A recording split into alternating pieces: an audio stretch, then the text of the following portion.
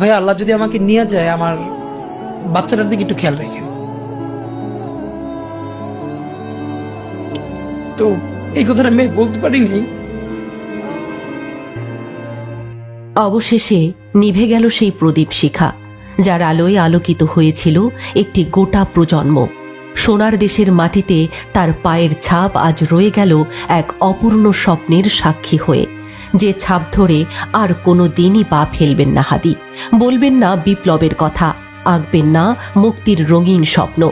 যে মাটি অপেক্ষায় ছিল একদিন সাক্ষী হবে তার জয়যাত্রার, সেই মাটিতেই আজ তিনি ফিরছেন প্রাণহীন নিথর দেহ হয়ে। সবাইকে কাঁদিয়ে আজ না ফেরার দেশে চলে গেলেন ওসমান হাদি। এক নির্মম নিষ্ঠুর জীবনযুদ্ধে হার মেনে তিনি পা বাড়ালেন পরপারে, নাম লেখালেন শহীদের কাতারে। চলে গেলেন সেই দেশে যেখানে চির ঘুমে শুয়ে আছেন আবরার ফাহাদ, আবু সাইদ, মীর মুগ্ধের মতো জাতির সূর্য সন্তানরা। আজ হাহাকার করে উঠছে দেশের আকাশ বাতাস, ভারী হয়ে উঠছে হাদির অপেক্ষায় বসে থাকা এক একটি প্রাণ। হাদির না ফেরার খবরে আজ স্তব্ধ হয়ে গেছে গোটা জাতি। কি বলে বিদায় দেবেন তারা হাদিকে? তার চোখে ছিল আগামীর বাংলাদেশ, কণ্ঠে ছিল প্রতিবাদের আগুন, আর হৃদয়ে ছিল মানুষের প্রতি নিঃস্বার্থ ভালোবাসা। পুরো দেশের চোখে ছিল একটাই প্রত্যাশা, হাদি ফিরবে। বিশ্বাস ছিল তিনি আবার আসবেন, জনতার ভিড়ে মিশে যাবেন, তুলে ধরবেন বিদ্রোহের অগ্নিঝরা সুর। বল বীর চির উন্নত মমশির।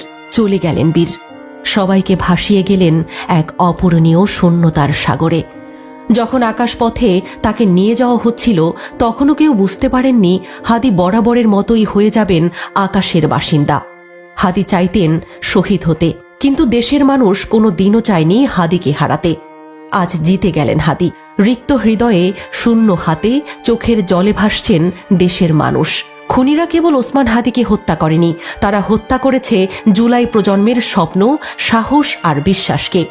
আজ হাদি কোনো ব্যক্তি নন, কোনো আন্দোলনের নাম নন, হাদি এখন পুরো জাতির আবেগ।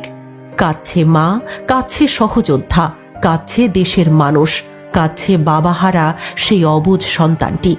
জাতি কি জবাব দেবে সেই শিশুটিকে? গত 12ই ডিসেম্বর শুক্রবার জুমার নামাজ শেষে ফেরার সময় রাজধানীর বিজয়নগরের বক্স কালভার্ট এলাকায় চলন্ত রিকশায় প্রকাশ্যে গুলি করা হয় ঢাকা ৮ আসনের সম্ভাব্য স্বতন্ত্র প্রার্থী ও ইনকিলাব মঞ্চের মুখপাত্র ওসমান হাদিকে। সেই সাথে দেশের চলমান রাজনৈতিক বাস্তবতায় যুক্ত হয় আর